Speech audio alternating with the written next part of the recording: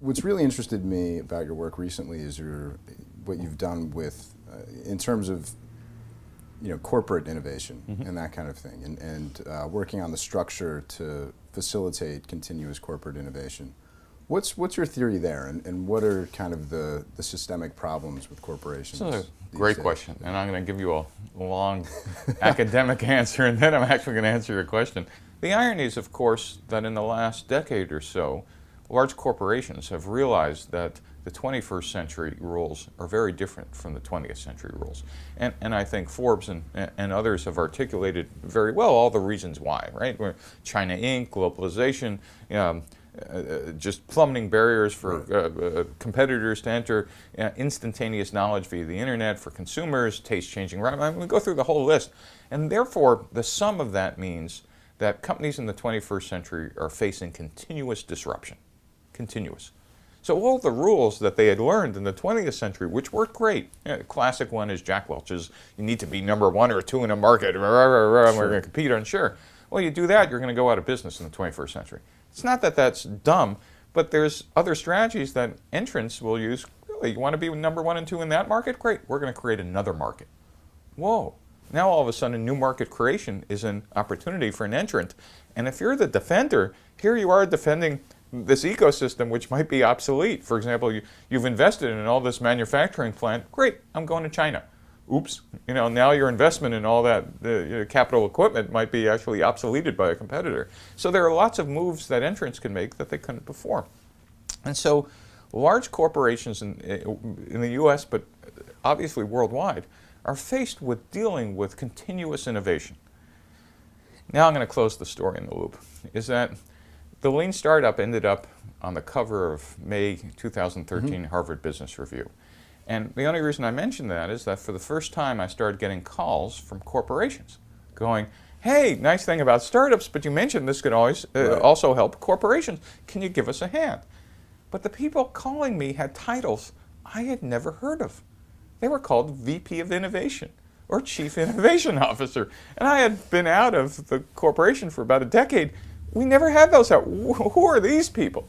And I spent a couple months working with a couple of large companies just to find out what the heck was going on. And what's going on is almost every large Fortune 1000 company has realized what I've just told you is they're not dumb. The world has changed. We need to deal with it.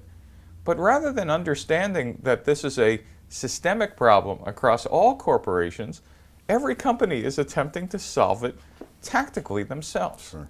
What we have today in the 21st century is the equivalent to the strategy problem that corporations were facing in the beginning of the 20th century.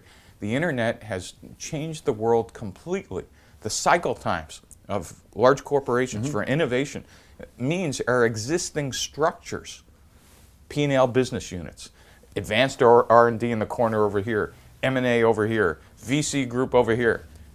That stuff doesn't work anymore, and what we're trying to do right now is throw in another organization, and we'll call it the innovation group, but we've not come up with a way to kind of integrate them together, and that's because we've been too timid. Right. We've been too afraid to say, no, it isn't the solution isn't another group.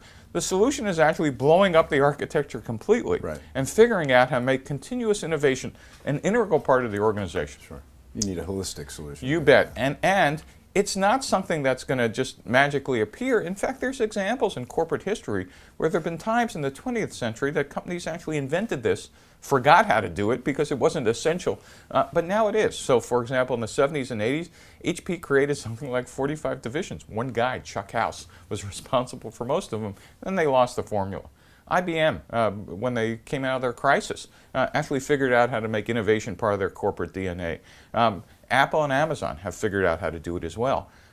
And usually those were organizations created in extreme crisis or the focus of an extreme individual. Right. What we really need to know how to do is take those best practices and make those just kind of a common corporate type. And in the next year or so, I think the work I'm going to do with Henry Chesbrough at Berkeley, who invented open innovation, and Alexander Osterwalder, obviously the father of the business model design, we've been thinking about what is a canonical model for the 21st century organization, and hopefully we could add something to this discussion. Can you telegraph any characteristics of that model? You know, what Amazon and Apple and IBM and HP during their heydays have in common? I think you said the magic word. Yeah. And it's one that, you know, if you're a tried and true P&L general manager, it makes you rankle. It's holistic. You know, it's holistic. I need to make the numbers, right? And I think this is the antithesis of I need to make the numbers, because it requires you to ask, well, Sure. what numbers do you need to make? And I think this is going to be a little wrenching for both not only companies, but Wall Street as well. Sure. I think we're going to end up, and let me vaguely not answer your question by telling you the consequence. We're going to have two types of companies. We're going to have companies that continue the existing way, and my prediction is their trajectories on the street will be 5 to 10 years of great profit and then a going out of business sale as they decline.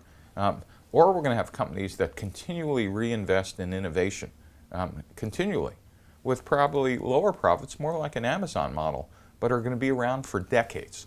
And in fact, on the street, you're going to be able to pick which one you want to invest in, because you're going to be able to see the difference in those models. You want short-term profits? You know, invest in the people who have a 20th century corporate organization. You want to invest in something that's going to be around for 30 or 40 years, because they're able to keep up with the integral changes that are happening now in society and technology, et cetera. This stuff isn't going to slow down. Innovation is going to continue, Sure. and unless you have a corporate structure that just rolls with that, I think we're going to see some major changes.